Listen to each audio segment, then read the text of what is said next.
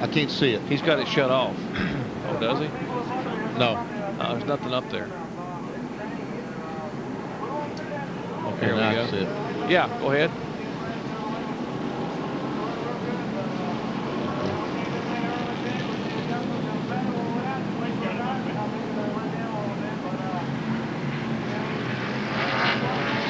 Hey, Dale, this is Benny Parsons. You read me?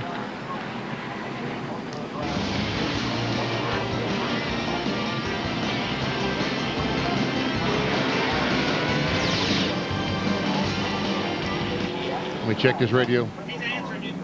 I'm not hearing him. We don't hear him. We don't hear him though.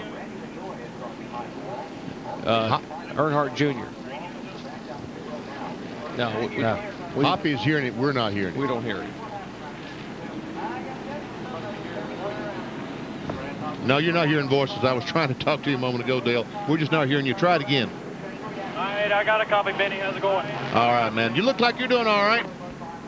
Yeah, we're running pretty good. We got some things to work on, but the car's driving pretty good. A lot of good competition out here tonight. We'll be right back with you.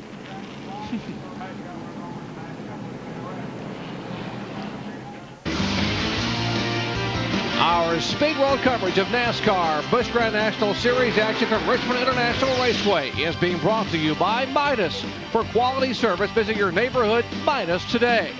And by ESPN Video.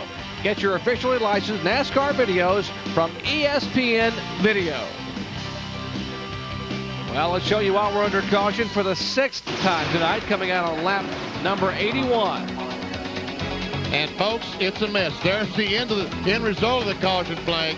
We see Brad Knopflinger sitting down there on the bottom of the racetrack, and obviously their tape is having trouble rolling. There are the cars going around the racetrack circulating on the caution flag. Those cars involved: Kevin LePage, Brad Knopflinger, Phil Parsons, Randy LaJoie, Wayne Grubb, and Hermie Sadler. Here's a look up at turn 4. I see Jason Jarrett sitting down. I think both the Grubb boys were involved in that crash. All right, Dale Earnhardt Jr. has been our leader since the drop of the green flag. He assumed the lead on the very first lap coming off turn 2. Benny, let's see if we can talk with him. Dale Earnhardt Jr., this is Benny Parsons up to ESPN. You got me? Yeah, how's it going, Benny? Well, I'm doing pretty good. Looks like you're doing pretty well tonight. Well, we had a little ignition trouble there the first couple laps, but we got that solved, and ever since then, AC Delco Chevrolet Monte Carlo has been running great. Well, now you got about 6 cars in front of you. How long? Is this a concern, trying to pass these cars? It's always a concern trying to pass race cars, but we'll take our time with it, try to pick our way through there. If we can't, we'll just ride it out until we get a better shot at it. Where'd you learn all this patience? Oh, I've learned a lot this year. You'd be surprised. Yes, you have, haven't you? Yeah, we've been through a lot. But I tell you what, you're a better person for it, and right now you're doing one heck of a job. Good luck tonight. All right, thank you. Take a look at his left hand. He's taking his left hand, Kyle, out. He's got the left hand there in the window like he's trying to get some air to come in that window. He'd take that left hand off and push the button on the steering wheel and talk to Benny, then put the left hand back out there. And that's what he's doing it for. He's just doing it to get a little air in the car, because when you're out there running, air goes in that NACA right there where he's got his hand. You see that piece of plexiglass there. When you're running around slow, there's nothing going in there. I'm not sure I'd give up the cold air just to talk to Benny, though. I won't have to tell you that. I'd leave my hand out there. I'd tell Benny to call back later. Let's check in the Andy Santerre pits with Bill Weber. Well, Jerry, a couple more thoughts on the pole sitter. When that caution came out, Santerre was directly behind Earnhardt on the racetrack. Now there are 5 cars between Earnhardt and Santerre. So basically, on his pit stop, he lost 5 positions. Santerre's pit stop was 24.22 seconds. That's pretty lengthy. And remember, we suspected they might lose some spots on pit road. They might lose a few more on this restart. Apparently, the clutch is dragging, and that could be a problem for Santerre when they restart here. Well, we'll keep an eye on that. Nicholas Short, the crew chief for Andy Santerre, started at Michigan a few weeks ago, and this has been a different racing team. They have really come together, as evidenced by their first Busch Series pole here tonight. We're talking to Santerre, and he said he and Nicholas are working very well. He said, I come in, I tell him what's wrong, and he fixes it. And normally, he fixes it to my liking. And That's exactly what every driver wants in a crew chief. He was bragging on their engine program, too. Engine Source, he said Gary Preciosi and Joe Vardy were the two guys that put this motor together for him here, that put him on the pole. And he said, I'm really excited about the last few events of 1998 and all of 1999. I tell you, I drove a Busch car last year some, and Joe Vardy built motors for those cars, and Joe Vardy can build some motors in the Busch series. As a matter of fact, Kyle, that's one of your engines that he has in the car. He run a lot better than I ever run with. I'll just tell you that right now. The words of wisdom from Kyle Petty and Benny Parsons as we are under caution here for the 6th time tonight. Bobby Hillin surveying the damage on his car. Back with more in a moment.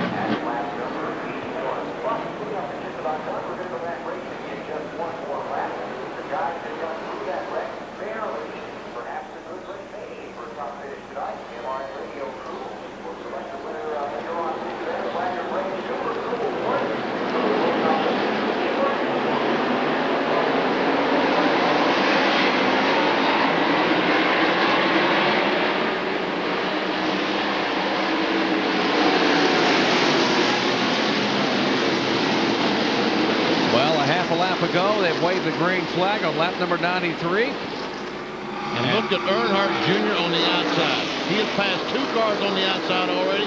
Bessie and Jeff Green, the 92 car, and he's trying to get by Jeff Green on the outside. Oh! And that's Jeff Green, the 92, and Todd Bodine. Very close off turn 4 now. Earnhardt makes that pass. He's up to 4th place. Now, this got to bring back some memories. Watching a 3-car like that on a short track, just easing by him on the outside. On the outside, and that's, you know, when Earnhardt really run good, when Dale Sr. ran really good here, he'd go in and you'd be just digging on the inside, backing the gas wide open, look up, and he'd be going by you on the outside.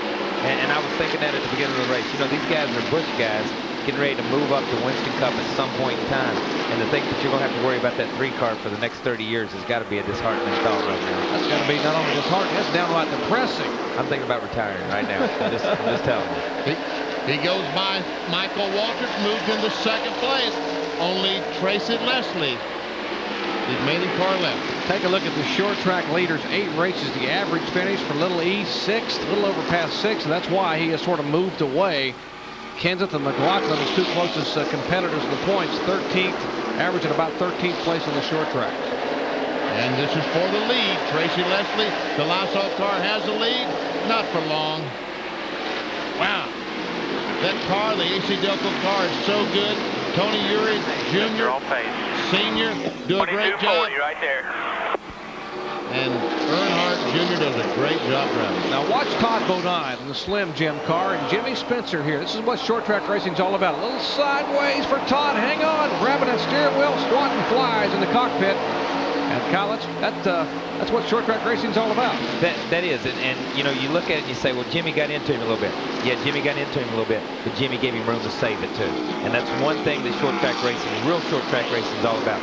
You'll beat and bang and you'll rub a little bit, but you give the guy room because you want to pass him fair and square.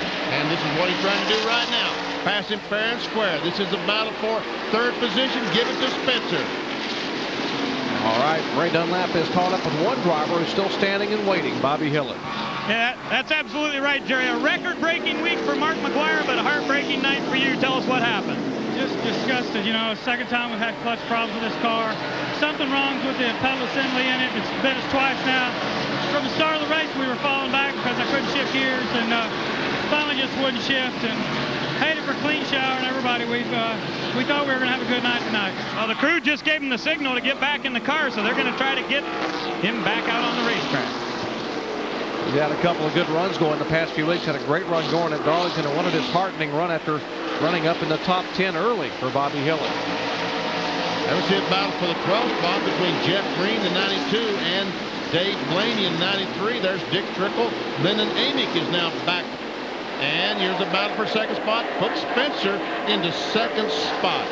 Man, what a run Spencer's having. Kyle, I started to ask you earlier, and we had a caution flag. What a surprise. About how much you're out of the throttle here. It looks like Spencer is barely out of the gas at all, or a little lead.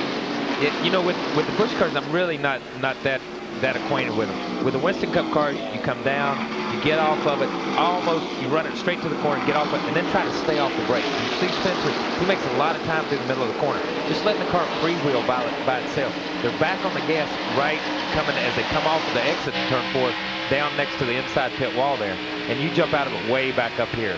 So, you know, it's a really deceiving racetrack. You think these guys are running really, really hard down in the corners, and they're not running as hard into the corners as they are up off the corners.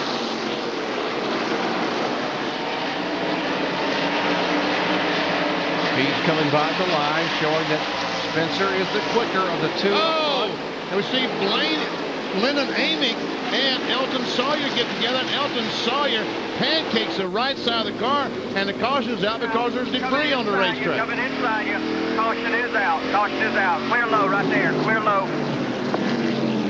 Elton Sawyer's spotter telling him clear low, caution out for the 7th time tonight. And as Benny said, he pancaked the right side of that Barbasol Ford.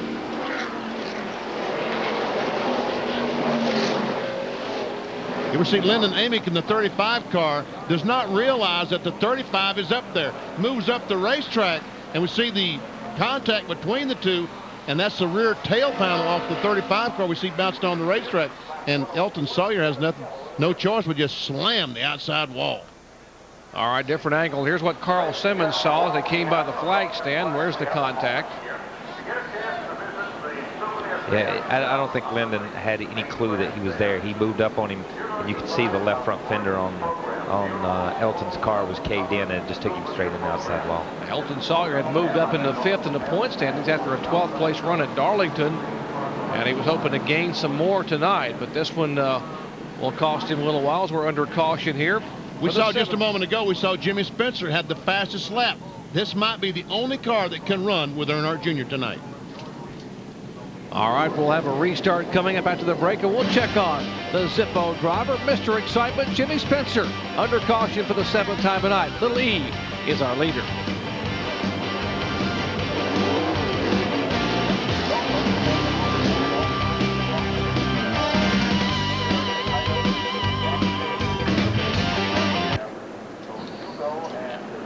I doubt you want to listen to that one.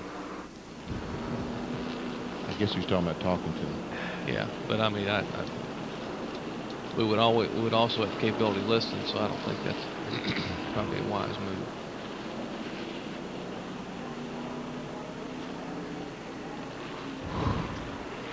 Who gave us that shot from the flag stand? That was a good shot. Don. Is that Don? Yeah. Oh yeah. Yeah. All right.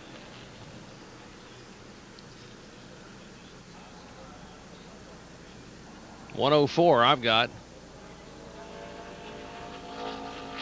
All right. Okay. Hey, nice shot, Don, from the flag stand, man.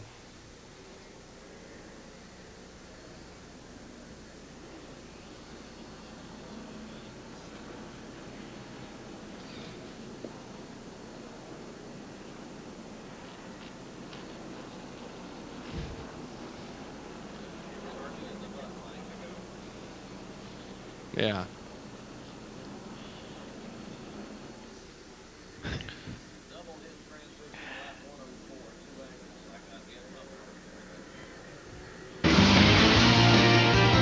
We are back. Exciting NASCAR Busch Series short track action at Richmond International Raceway.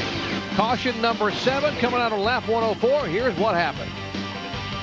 See, Lyndon Amick in the red and blue car goes up, pinches Elton Sawyer. They make contact, and Elton Sawyer makes hard contact with the outside retaining wall. All right, from the flag stand, Kyle. Yeah, this is a great view right here. You can see they've already collided before they get as they come under the flag stand. And I just don't think Lyndon ever saw him. He eased up on him trying to get a good run into the first corner. Pins him on the outside wall. There's Lyndon Amick, and we see the tail panel in the middle of the racetrack. Used to be on the